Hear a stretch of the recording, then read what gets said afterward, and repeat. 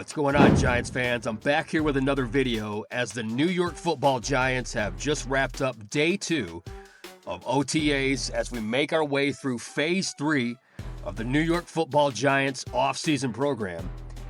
I want to take a minute here to go and talk about 5 critical Giants that I believe have to have a bounce-back season. Critical to the formula of whatever happens of the progression of this team and the trajectory of whether or not the Giants are going to have a winning season or at least a better season than last year. These Giants have to step up in the 2025 season. Coming in right here at number 5 is not a surprise to anybody. Evan Neal. Evan Neal is perennially on this list because he's never turned out to be the player where we drafted him at. The Giants have yet to get a return investment on a guy that is a top 10 pick. And yet here we are now going into year 4. And quite frankly, the only reason that I put Evan Neal even on this list is because, again, where the Giants drafted this kid, what the potential was coming out of college, coming out of Alabama as a tackle, that we were going to have these 2 anchors, right? And so here we are where we're no longer even considering Evan Neal's no longer even an option at tackle. And when you think about that, where we're all of a sudden talking about moving this kid into guard, that's a big blow to the Giants have to continue to overcome, which is the weakest part of this team, this offensive line. And yet you got a top 10 pick sitting there who just cannot translate that game to the NFL. And the Giants have moved Evan Neal in the offseason to guard. And even today, right here, as we're talking about Giants finishing up the second day of OTAs, we now know Evan Neal, he's getting playing time at left guard, and which is also the position he played in his freshman year at Alabama. There's a lot of people, offensive linemen, former offensive linemen, coaches, including our own Sean O'Hara, who see certain traits in Evan Neal's game that's coachable. That's why it continues to be this, can he or won't he get it, before it's too late.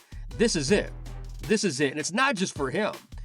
The reason he's on this list is because if Evan Neal can remotely be that guy, if he can be just an ounce of what he was supposed to be and put him at guard, maybe even compete with a veteran like Van Roten, you all of a sudden got a top 10 pick, 2 top 10 picks, right, on your offensive line, rather than just a guy that you don't know if even's going to be in the league next year.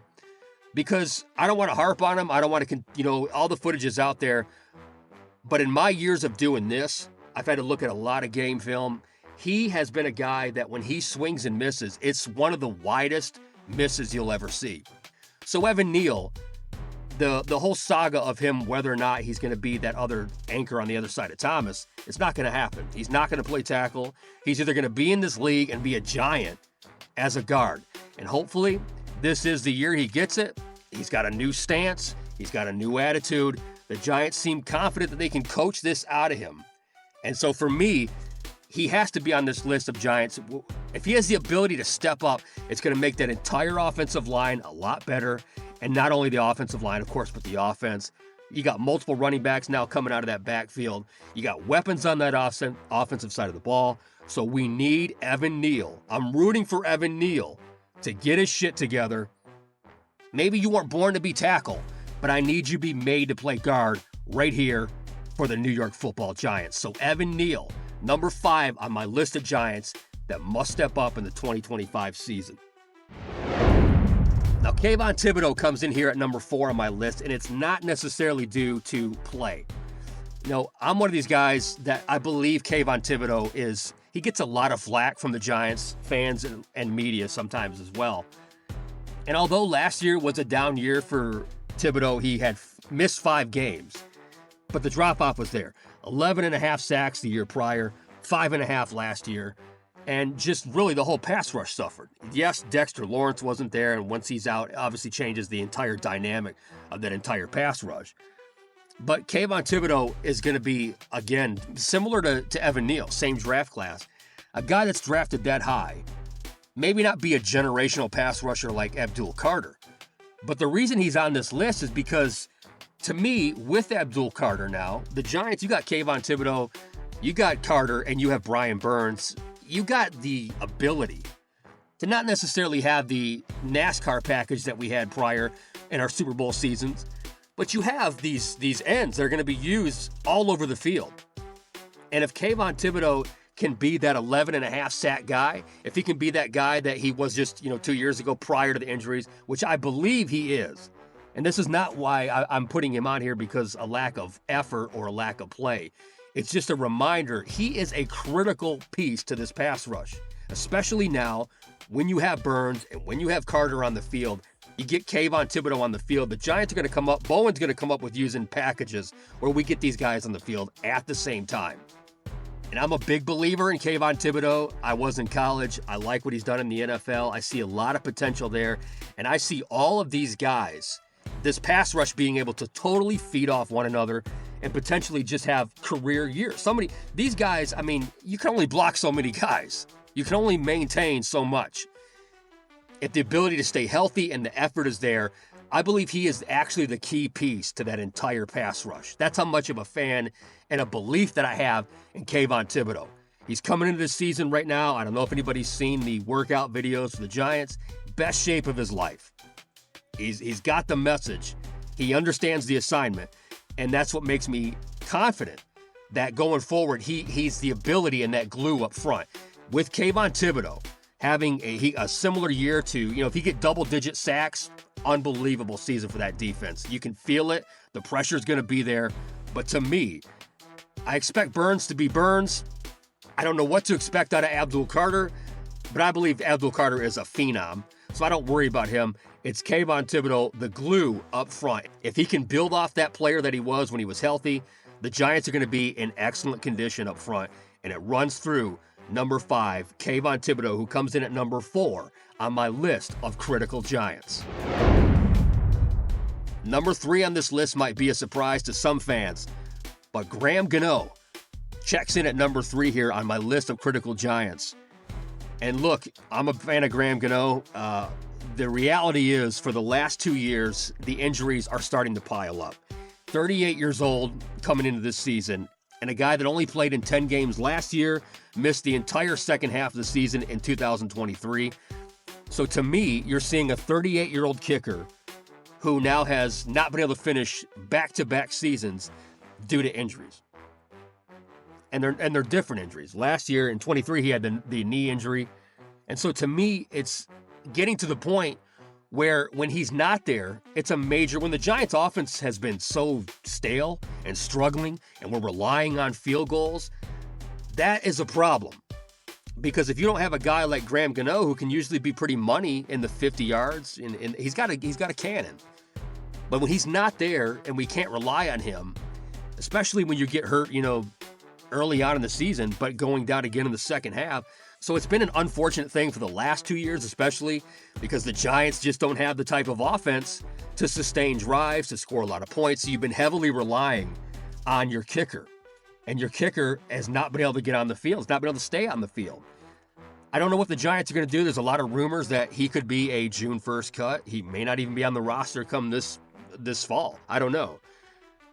But if he is, Graham Gano is a critical Giant. Regardless if the offense is lights out or not, you have to have a reliable kicker from the numbers. I like Graham Gano as a guy, as a player. There's a lot there. Obviously, he's on the back nine of his career. But for the Giants to maintain success, they're going to have a reliable kicker. They're just, some of these games, the Giants offenses, they're going to be in wars. They're going to be in battles. You may not be, on paper, you may be able to score. But until we see it, we have to believe our eyes. We have to believe what we see. And right now, we know that the team that exited last year is a team that just doesn't score points. They don't get in the end zone.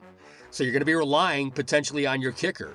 And right now, that is a big question mark. So that's why, to me, Graham Gano is number 3 on my list of critical Giants going into the 2025 season. Got to stay healthy. Got to stay on the field. At number 2, not a surprise here, Deontay Banks. Banks, as I said in my previous video, I like Banks a lot. He's shown flashes in college, and especially his first year. Sophomore season, big-time slump last year.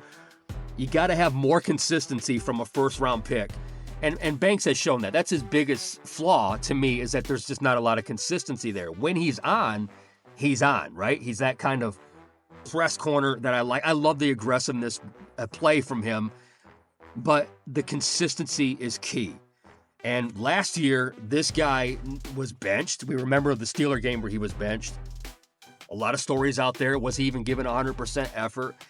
And a mind-blowing stat is that he gave up a terrible 124.7 passer rating. So basically, you can pick this guy apart. He's now working number 2. He's going to be on to number 2 receivers. But the thing is, the Giants in this division, right? A lot of guys. You got Pickens in this division now. And you got Philly's receiver. You got Smith out in Philly. Washington's got their own set of problems for the Giants. So regardless if he's covering number 2s, doesn't matter to me. This division's stacked with number 2s. Deontay Banks last year was outplayed by Flott, who I think is actually a underrated Giant. But for him, if he can sit there and be opposite of Adebo, you got Paulson Adebo number 1, Banks number 2, and you got the outstanding rookie coming into his sophomore season now, Drew Phillips in the slot. On paper, that's an excellent secondary. Number 1s, right? That's an excellent on paper secondary. If Banks can be the guy that he was drafted here to be. We've seen flashes. Flashes aren't enough. The Giants pass rush, we talked about this last time, but the pass rush up front, much like in those championship years, is going to also rely on that back end. To me, this Giants secondary on paper, from the safeties all the way down, is the best they've had in a long time. It's actually one of the strengths of this defense. But for it to run correctly and run smoothly, Banks has to step up. No questions about it. The attitude has to adjust. This guy's coming into his 3rd year, 3rd jersey number in 3 years. So he's been through some changes. He's been able to stay relatively healthy. But to me, the biggest problem is when you're relied upon that much, which he's going to be extremely relied upon on this defense, you cannot have questions about whether or not you have the right attitude or whether or not you're giving the right effort. There's a lot of plays out there. It seemed to me that Banks may be taking some plays off, and a lot of the Giants did last year as we were coasting at the end of the year, if we're being honest. See it all over the field. Cannot, and it's not acceptable, cannot happen, especially in this secondary. Having a first-round pick be able to solidify who he is in the National Football League on the outside and covering number 2s is a must for the New York Football Giants. I believe in Banks. I need to see it. I need to see it consistently. And so Banks, to me, coming in at number 2 on my most critical list of Giants, because much like Thibodeau, he's going to play a role in how that whole unit shifts. It's going to run through whether or not this guy, to me, can step up and be the player that we expect him to be. And coming in at number 1 on this list for me is Andrew Thomas.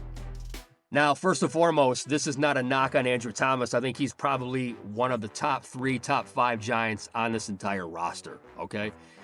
He is, to me, the most critical Giant because let's just do the math. And we know the last 2 years, this guy has missed a ton of games. 18 games. I believe it's 18 games. And in that 18-game span, the Giants are 3-15. 3-15.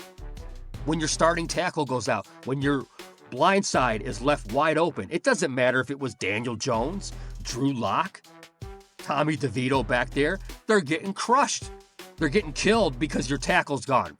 Andrew Thomas this season, coming into this year, it's much like the Gano thing. When you see something happen back-to-back years, it becomes a problem. I honestly thought the Giants would address more of the offensive line in the offseason, especially given the fact that one of your best players and clearly your best offensive lineman and one of your most critical Giants doesn't seem to be able to stay healthy. And that's a problem for me because to me, that entire offense is going to run right through it. Right through it. It doesn't matter if it's Russell Wilson, Jameis Winston, or if you even insert the rookie Jackson Dart. You got to have Andrew Thomas on the field. The Giants are a completely different team without Andrew Thomas. When healthy, not only does the offense completely run the way it's supposed to run, but you got an all-pro level tackle. That's very hard to find in the National Football League. And everybody knows when this guy's healthy, he's one of the best in the game. He's absolutely one of the best in the game. But for Thomas, it's not, unlike some of the other Giants on this list, it's not an effort issue. It's not the fact that he's not consistent enough. He's always consistent to me. It's a matter of health. One of our best players is not been able to show the ability to stay healthy. He's not been able to stay on the field. And unfortunately for the Giants offense, that concerns me because the drop-off is insane. It's disgusting how far the Giants offense falls apart when they don't have Andrew Thomas on the field. So how could any other Giant be as critical in a bounce-back season other than Andrew Thomas? To me, it runs through it. He's the glue of not just the offensive line, but really the entire offense. Obviously, we know there's critical Giants that have to have big seasons. You got to have quarterback play. Malik Neighbors has got to carry that offense. Dexter Lawrence has to do his job up front. But the entire thing rests on whether or not Andrew Thomas can stay on that field. We won't know. We don't know yet what we'll see from Andrew Thomas. As of right now, today, again, OTA day number 2, every Giant present on the field today. Complete full attendance. But this is spring, right? This is spring and summer football. We'll see what happens as we get to the fall and as the season plays out. But if these Giants, all 5 of these Giants, can have a bounce-back season, there's no question in my mind, like I said in the last video, we're going to surprise some people. They're going to shock the shit out of some people this season for the New York Football Giants, especially with the play of these 5 guys right here. My 5 critical Giants heading into the 2025 season. Let me know who you disagree with, who you agree with. What are your 5 critical Giants that must have bounce-back seasons? Because we're right here. We're already at this phase 3 now. In just a few more weeks, we're going to be talking about training camp. Then it's preseason, and then it's lights out. We're ready. Absolutely ready to hunt. But hopefully these 5 Giants can step on the field, stay consistent, and stay healthy. And if they can, I believe this team could go as far as they want to go. So until then, make sure you subscribe to the channel, hit the ring bell notification. You know how all that works. There's going to be videos flying out all summer long. Stay notified and stay up to date on everything that's happening. And I'll see you guys real soon.